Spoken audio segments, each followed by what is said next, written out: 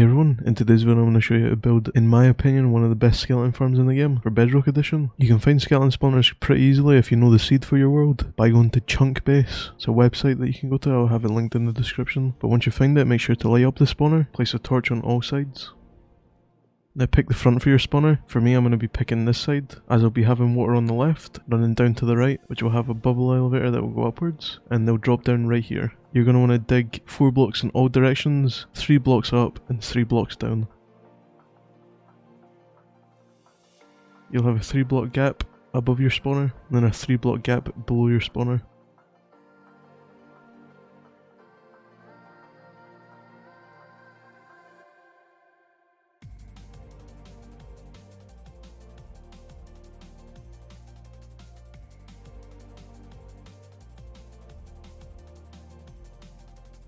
Now once you've dug out that area, you'll have 4 blocks in all directions, like so, 4 blocks, and then 3 blocks above, 3 blocks below.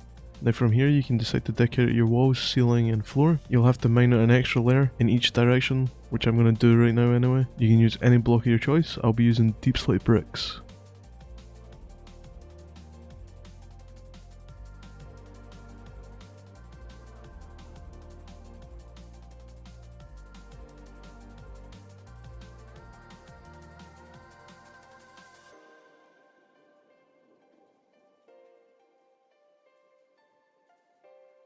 Once you've designed your room, it should look like this.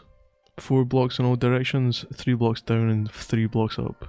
Pick the direction where you want the skeletons to fall down. Since my water is going here, it will flow down that way into a bubble elevator over here, which will go up. You can decide to make it the exact same as me, or you can do whatever you want. But if you decide to change where the skeletons fall down, you'll have to change how high they go up in the elevator. Right now I'm just going to design the area where the skeletons will die. You can just skip ahead if you want.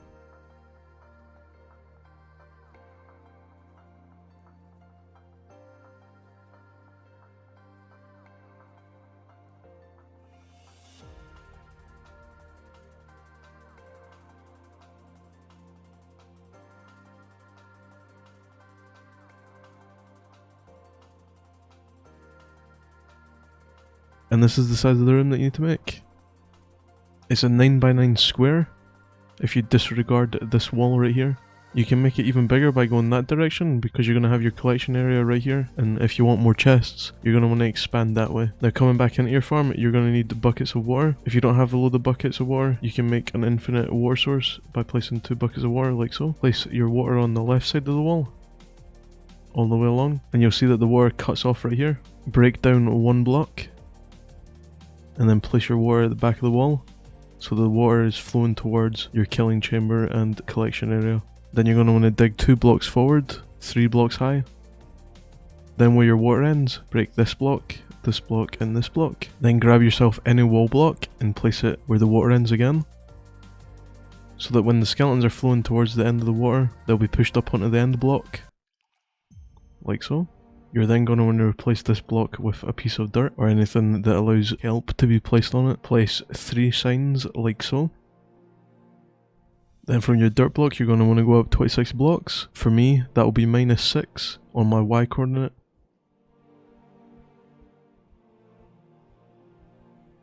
Just make sure that you close off all the areas. Now there's sometimes an issue with skeletons getting stuck right here and they're not actually going up the bubble elevator. To fix that, all you have to do is break out these 2 blocks so that when the water is placed in here, they will flow towards this area, making the skeletons be pulled inwards. Once you've built up 26 blocks from your dirt block, for me it will be -6, you're going to want to dig inwards towards your storage room by 4 blocks. So that's 1, 2, 3, 4, and dig straight down. Make sure to fill in all the areas and you'll land back in your room, and the area that you dug in will be centre with the wall. Now using any block of your choice, I prefer to use the tinted glass so that the skeletons can still spawn, but you can still see them go up your elevator. Place your blocks like so.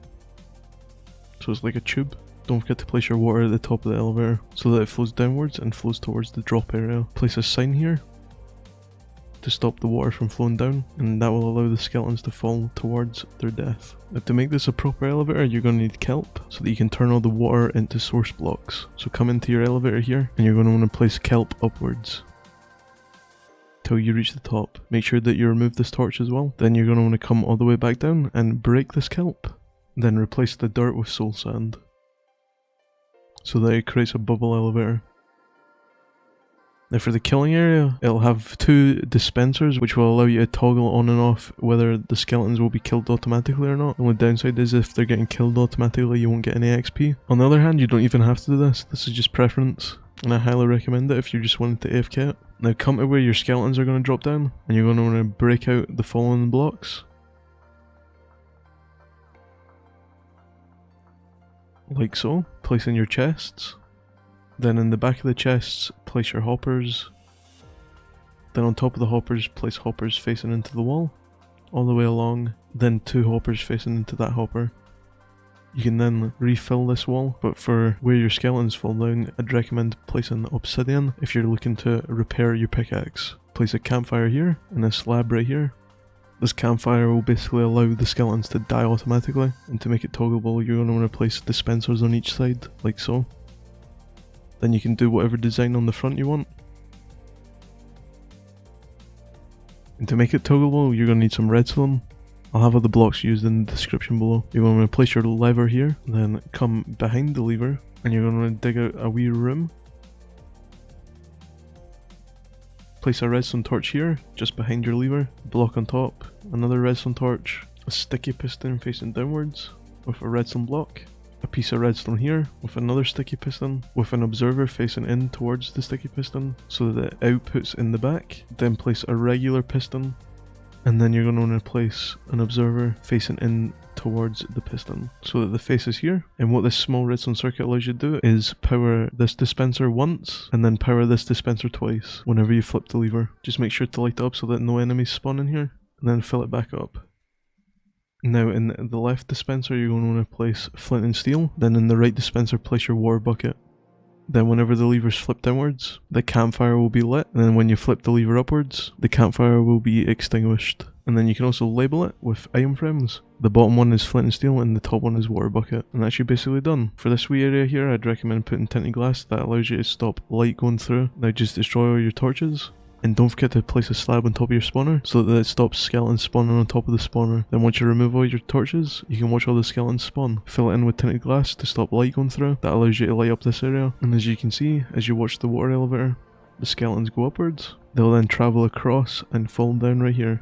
Now with the campfire off, you're able to harvest it for XP, but if you want to just sit here and AFK, you can turn on the campfire and that will damage the skeletons, and then all the drops will go into these chests. The only downside to using a campfire is that if you have fire aspect on your sword, it will light the campfire, so if you're trying to mend your sword, that's something you want to look out for. But you don't even have to use this campfire method either. You can just have a regular slab and just have an auto clicker if you're playing on PC. Then all that's left is to decorate the room, and that's basically it. You can add an extra water elevator to come in and out of the farm, and you can also have like a nether portal here. Another thing to keep in mind is that you can expand the storage if your chests are getting full. Just make sure you clean them out depending on what loot you want, and just burn all the stuff that you don't want. If you found the video helpful, don't forget to like, comment, subscribe. It really helps the channel a lot. I'll see you in the next one. Thanks for watching.